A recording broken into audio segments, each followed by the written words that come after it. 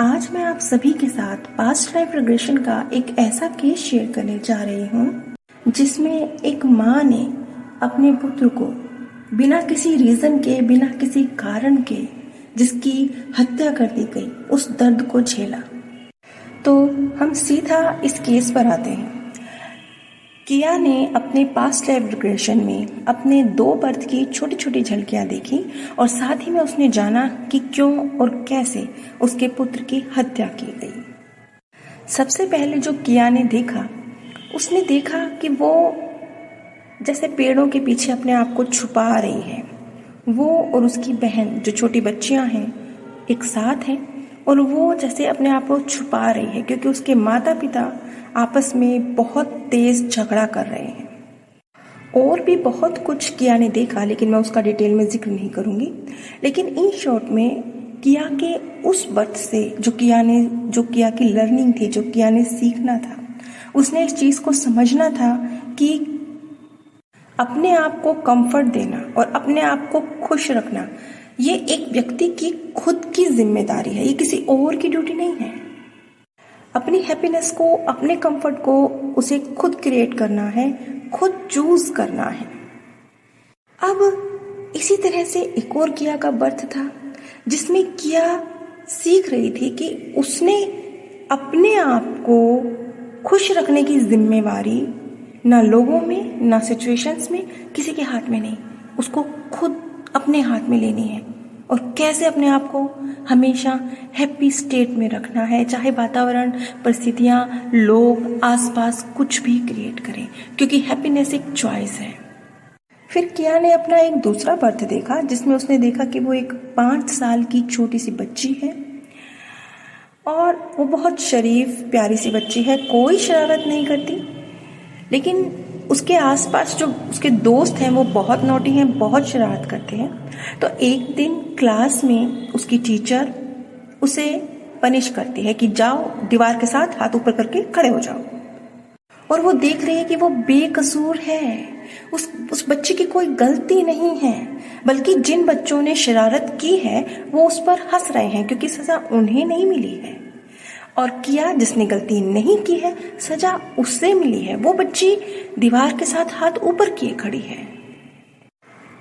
उस बर्थ में किया कहती है कि एक बच्ची के तौर पर मैं शरारतें करना चाहती थी, मैं सारे रूल्स ब्रेक कर देना चाहती थी, लेकिन मैंने ऐसा किया नहीं था, मैंने ऐसा सिर्फ चाहा था। अब किया के इस बर्थ में भी डिटेल में ना जाते हुए, इन शॉर्ट में इस बर्थ में उसका जो लेसन था, उसे इस चीज को समझना था कि लोग उसके बारे में कुछ भी कह सकते हैं, चाहे उसने कुछ ना किया हो, उसने कुछ गलत ना किया हो, लेकिन उसके बारे में गलत बात कही जा सकती है। यानी जो ये हमारे आसपास की परिस्थितियां हैं, माहौल है, इसमें हमेशा सब कुछ फेयर होना चाहिए, परफेक्ट होना चाहिए, ऐसा नहीं मिलता। पृथ्वी पर ऐसा सिस्टम ही नहीं है। इसके बाद एक झलकी पिया ने अपने एक और बर्थ की देखी जिसमें वो अपने आप को एक निहायत ही खूबसूरत लड़की के रूप में देख रही है, जिसके लंबे लंबे बाल हैं और बहुत ही प्यारी और खूबसूरत है वो। लेकिन साथ ही साथ इस बर्थ में उसने अपना जीवन नहीं देखा। उसने देखा कि जैसे एक महल है जिसमें वो अकेली खड़ी है, यानी जैसे कोई युद्ध हुआ है, युद्ध में सब मारे गए हैं, वो अकेली खड़ी है उस महल में। लेकिन साथ ही साथ उसने ये नोटिस किया कि वो एज ए सोल खड़ी है, उसकी बॉडी भी जमीन पर पड़ी है, उसका रेप करके उसे मार डाला गया है। ये उसका तीसरा बर्थ था। ये बहुत छोटी छोटी झलकियां थी जो वो अपने कई पिछले बर्थ में एक्सपीरियंस उसने किए थे। यहाँ पर एक चीज मैं क्लियर करना चाहूंगी।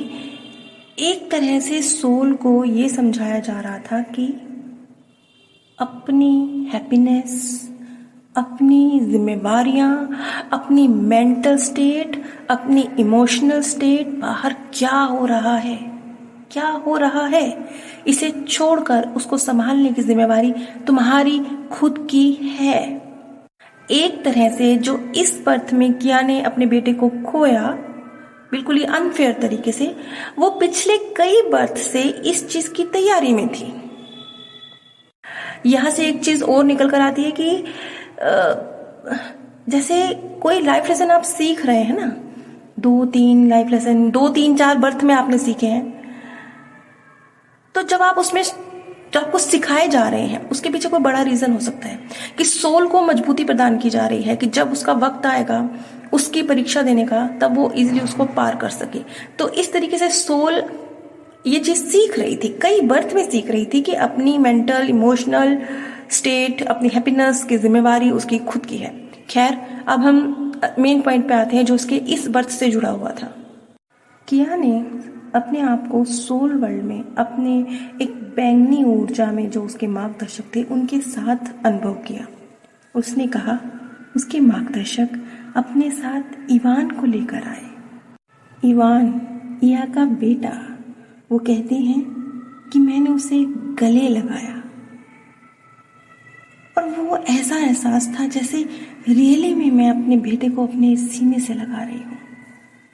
उसके मार्गदर्शक ने उसे बताया कि उस दिन इवान ने किसी और की जगह ली। उस दिन वो पैसेंजर जो इवान की कार में बैठा वो बहुत क्रोध में था और वो अपने साथ हथियार लेकर किसी शॉपकीपर, उनकी वाइफ और उनके 3 बच्चों का कत्ल करने जा रहा था। और जब उसके व्यवहार, उसकी भाव भंगिमाओं से, उसके शब्दों से इवान को इसका एहसास हुआ तो इवान ने उसे रोकने की कोशिश की और वो उसे गलत दिशा में ले गया। इसी वजह से उस पैसेंजर ने उसी हथियार से इवान को उस पर हमला कर उसे मार डाला। अब ये जो चीज़ है, जो लोग पहले मेरी वीडियोस देखते आए हैं उन्हें पता होगा कि किस तरीके से आत्माएं कई बार अपनी आयु किसी और को देती हैं। ये कैसे होता है ये मैंने कई वीडियोस में क्लियर किया है। तो इसी तरह से इस केस में इवान ने भी किया। ये मर्डर प्री प्लान्ड नहीं था, ये किस्मत में लिखा हुआ नहीं था। लेकिन ये भी सच है कि अगर इस तरीके से इवान की हत्या नहीं भी होती तो भी इवान जल्दी ही इस दुनिया से जाता, क्योंकि ये किया के जो लाइफ लेसन पिछले जन्मों से चलते आए हैं उससे पता चलता है। इवान ने किया से कहा कि मैं स्वर्ग में मजे से हूं और साथ ही में उसने अपनी माँ से माफी मांगी क्योंकि वो एक बहुत डिफिकल्ट टीनेजर था और अपनी टीनेज में अपनी मम्मी को अपनी जिद से बहुत तंग किया करता था। और जब किया से पूछा गया कि उसने जो ये पेन, अपने बच्चे को खोने का दर्द सहा, उसके पीछे रीज़न क्या था, इस पर किया का जवाब था कि उसके पीछे मकसद था उसका आध्यात्मिक जागरण। उसने कहा कि ये बात सुनने में बहुत मामूली लगती है लेकिन उसके लिए बहुत महत्वपूर्ण है।